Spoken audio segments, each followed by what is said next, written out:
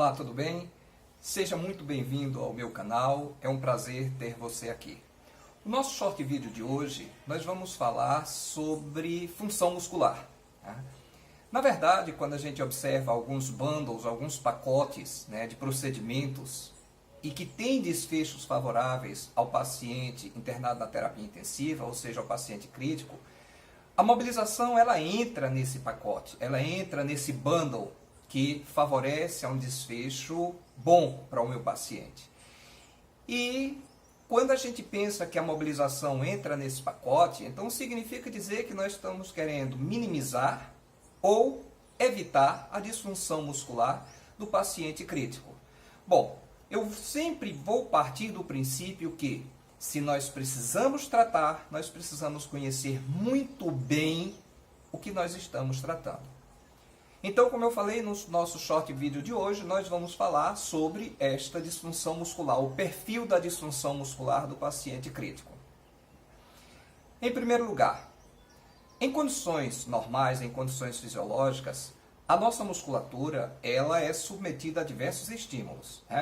Atividade proprioceptiva, quando estamos deambulando, inervação motora, que está íntegra, uma carga mecânica, todos os momentos que estamos andando, ela está submetendo-se a uma carga mecânica, e os ciclos de estiramento e encurtamento cíclico. Tá?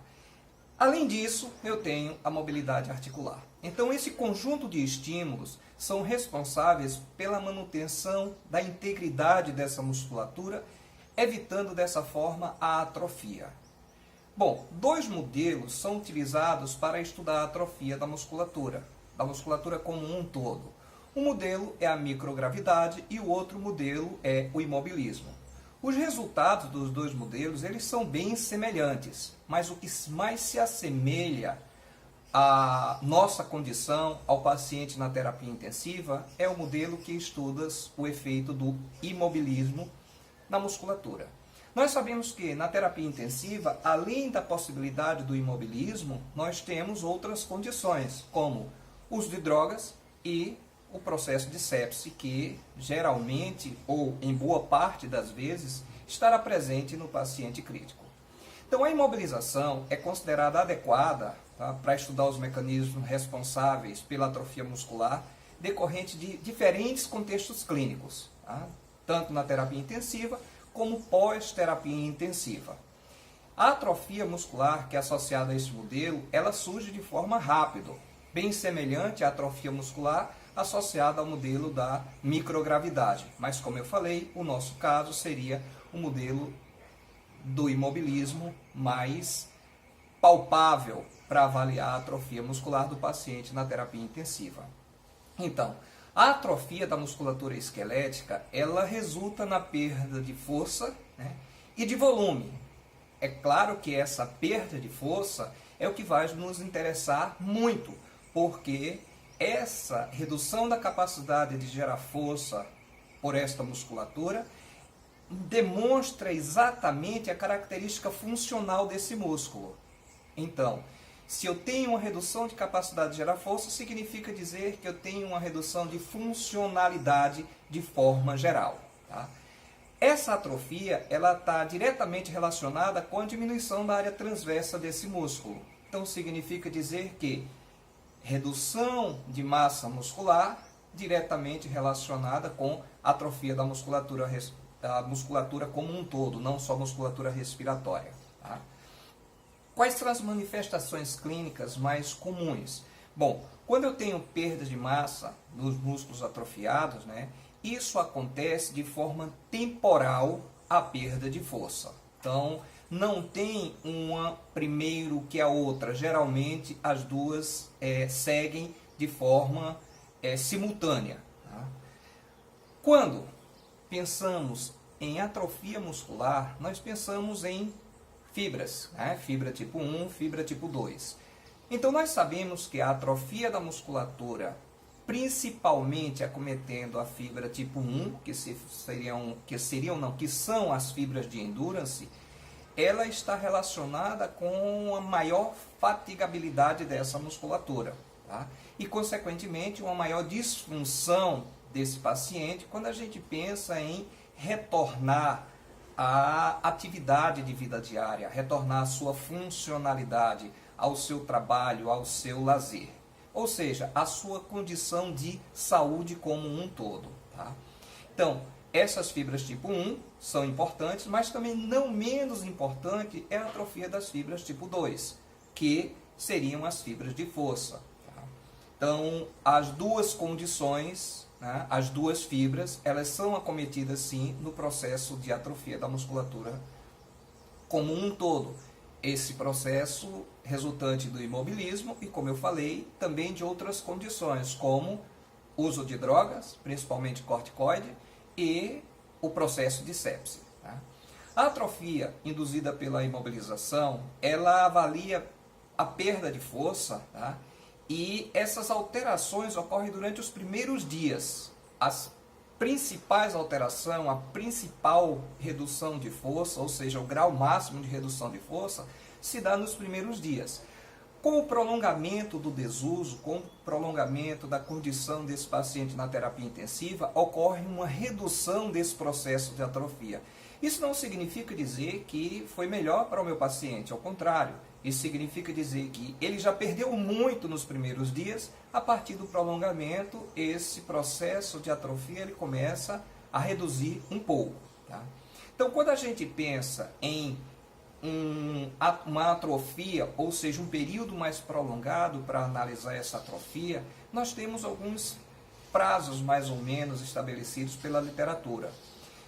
O primeiro prazo é o prazo de desnervação, que ocorre de 2 a 3 meses dentro do período de imobilização. Tá? Esse período ele é caracterizado por uma atrofia profunda dessa musculatura, redução de massa e redução de força significativa. A fase 2 ela vai aproximadamente de 2 até 7 meses após a desnervação. Tá? Que nessa fase eu tenho o que? Eu tenho uma redução da capacidade restaurativa do músculo. Ou seja, eu já estou reduzindo a minha capacidade de recuperar essa musculatura. Isso significa dizer que quanto mais rápido iniciar o procedimento de mobilização no paciente crítico, melhor a funcionalidade desse paciente será no pós-alta. Então, eu não devo esperar de forma alguma que esse paciente se estabilize num pós-alta da UTI para iniciar o processo de reabilitação, ou seja, o processo de, vamos dizer aqui, de minimização da disfunção dessa musculatura como um todo. Tá? Nessa fase, na fase 2, que ocorre de 2 a 7 meses após a desnervação, eu tenho redução do número de mionúcleos e de células satélites. Então, significa dizer que eu tenho aí alterações histológicas, eu tenho alterações funcionais dessa musculatura. Depois eu venho uma terceira fase, que seria, após 7 meses de desnervação, que é a estabilização dos parâmetros relacionados com a atrofia. Nessa fase, onde esses parâmetros estão estabilizados, eu tenho redução da massa muscular, redução da força contrátil, redução do número de células, tudo que já vinha acontecendo, redução da densidade capilar e, nesse momento, eu tenho aumento da quantidade de tecido conjuntivo intersticial. Ou seja, eu tenho uma disfunção muscular bem significativa após 7 meses, ou seja, na fase 3 dessa imobilização, já pensando na imobilização crônica do paciente. De forma alguma, nós queremos que esse paciente chegue a este ponto. O nosso objetivo é o quê? É a mobilização precoce, a mobilização dentro da terapia intensiva. Tá? Esse músculo, nesse processo de atrofia, ele é acompanhado sim de alterações histológicas. Então não é uma alteração só macro. Tá? Dentro de alterações histológicas, nós temos diminuição da densidade e volume miofibrilar. Tá?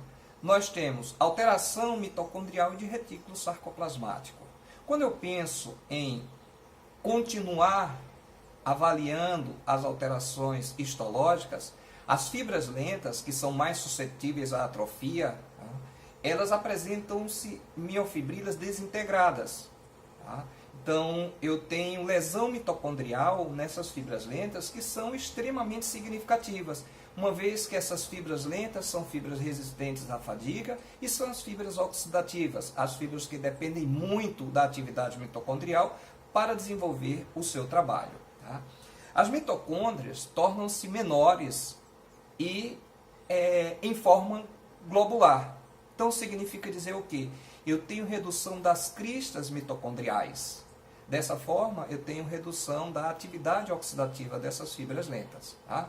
O retículo sarcoplasmático, que é extremamente importante no processo de desencadeamento da contração da musculatura, tá? Pelo mecanismo do canal de cálcio, desencadeando a teoria da catraca, tá? Ele sofre alterações sim. Ele torna-se irregular e perde a íntima ligação que ele tem com os túbulos T. Então, o número de sarcômeros funcionais em paralelo, ele também, aparentemente, tem uma tendência a diminuir no processo de atrofia. Diante disso tudo, nós vemos a complexidade do processo de atrofia e vemos, a partir daí, a importância, né, de mobilização desse paciente na terapia intensiva. Essa importância é tão significativa, como eu falei lá no início, que a mobilização ela faz parte dos bundles ou dos pacotes de procedimentos que estão relacionados a desfechos favoráveis aos pacientes na terapia intensiva. Em um próximo short vídeo eu vou discutir um pouco sobre esses bundles e sobre o que compõe esses bundles, né? E o que ele impacta, quais os resultados positivos que eles impactam de forma geral no paciente da terapia intensiva.